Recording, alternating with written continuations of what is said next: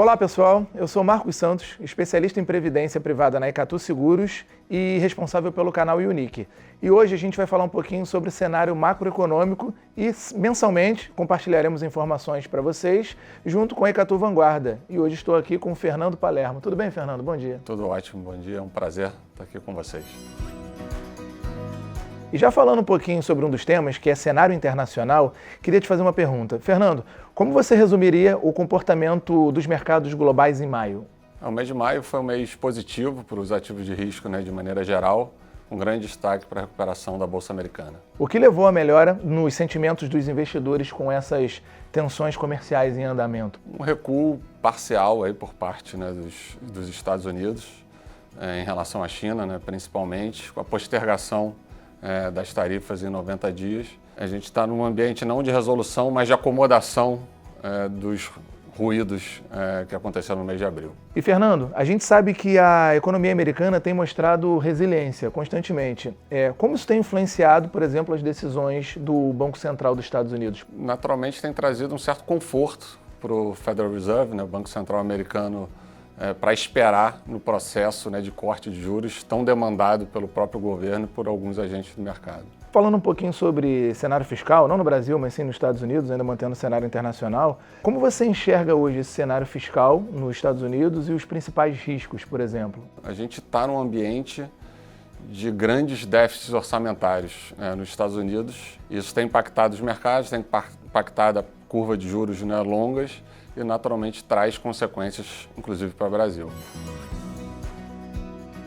Falando um pouquinho sobre o fiscal, não tem como falar sobre o fiscal e não falar do Brasil, mas a gente percebeu que no mês de maio essa pauta voltou a ser destaque. Como você correlaciona o destaque dessa pauta efetivamente nesse mês de maio e voltar à tona, Fernando? Inicialmente, uma acomodação dos ruídos externos acabam trazendo o foco para o Brasil e, naturalmente, o IOF foi o grande destaque no mês. Trouxe uma repercussão bastante negativa, inicialmente, principalmente com os impactos cambiais, e com esse impacto negativo houve uma certa reversão por parte do governo e uma certa acomodação nos mercados e no preço dos ativos. Falando um pouquinho de crédito, você entende que essas mudanças podem afetar o crédito de alguma forma? O IOF sobre o crédito, sim, acho que deveria ser restritivo, ajudar a política monetária, mas a gente tem que lembrar os outros impactos também fiscais que são expansionistas, Então agora a gente está num momento de equilíbrio desses impactos. Quando a gente analisa o mês de maio, apesar de todas essas incertezas, a gente conseguiu entender que que os ativos valorizaram dentro desse mês, tiveram uma boa performance. O que você acha que motivou? Principalmente o ambiente externo, um pouco mais calmo, essa narrativa de maior diversificação global, um pouco apesar de um bom desempenho da Bolsa Americana, os outros ativos a gente segue vendo um fluxo para outros países e o Brasil acaba se beneficiando desse fluxo internacional. Fernando, falando um pouquinho sobre política monetária, acho que a gente precisa falar de taxa de juros. Como é que você traz para a gente hoje a dinâmica da taxa de juros, especificamente sobre a Selic? Como é que está esse movimento de alta queda? Explica um pouquinho isso para a gente. A gente está num momento de muito provável fim do ciclo de alta da Selic, que se estendeu ao longo no final do ano passado e nesse primeiro trimestre, um ciclo bastante forte, o que traz uma certa expectativa positiva para os ativos, dado esse fim do ciclo. E não temos como falar de taxa de juros sem falar em inflação, também com a mesma importância da taxa Selic. Fernando, ainda existem riscos inflacionários no radar? Quais seriam os principais? Apesar do patamar bastante elevado da Selic, a gente ainda está num patamar alto também de crescimento. E mais importante, ele tem as expectativas de inflação relativamente desancoradas no Brasil. Então isso é uma preocupação que traz para o Banco Central e é uma preocupação futura, naturalmente, que o mercado tem para a inflação. Então, apesar da discussão de fim de ciclo, é razoável esperar que o movimento de corte demore um pouco mais, talvez somente no ano que vem.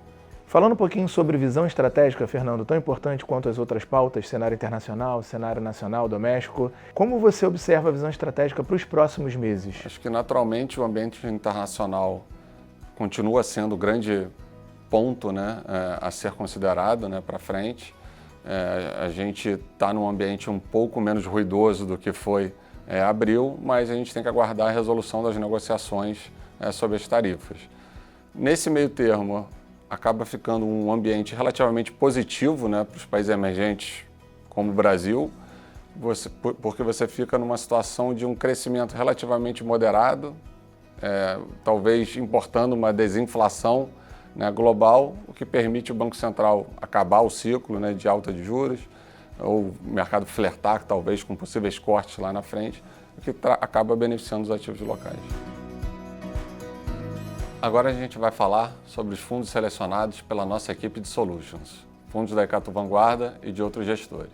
O Igaraté apresentou performance de 1,77%, o Absoluto 2 rendeu 1,3% e o Dinâmico fechou o mês com 1,34% de retorno. Agora falando sobre os fundos de outros gestores, a classe multimercado teve uma variedade maior de retornos.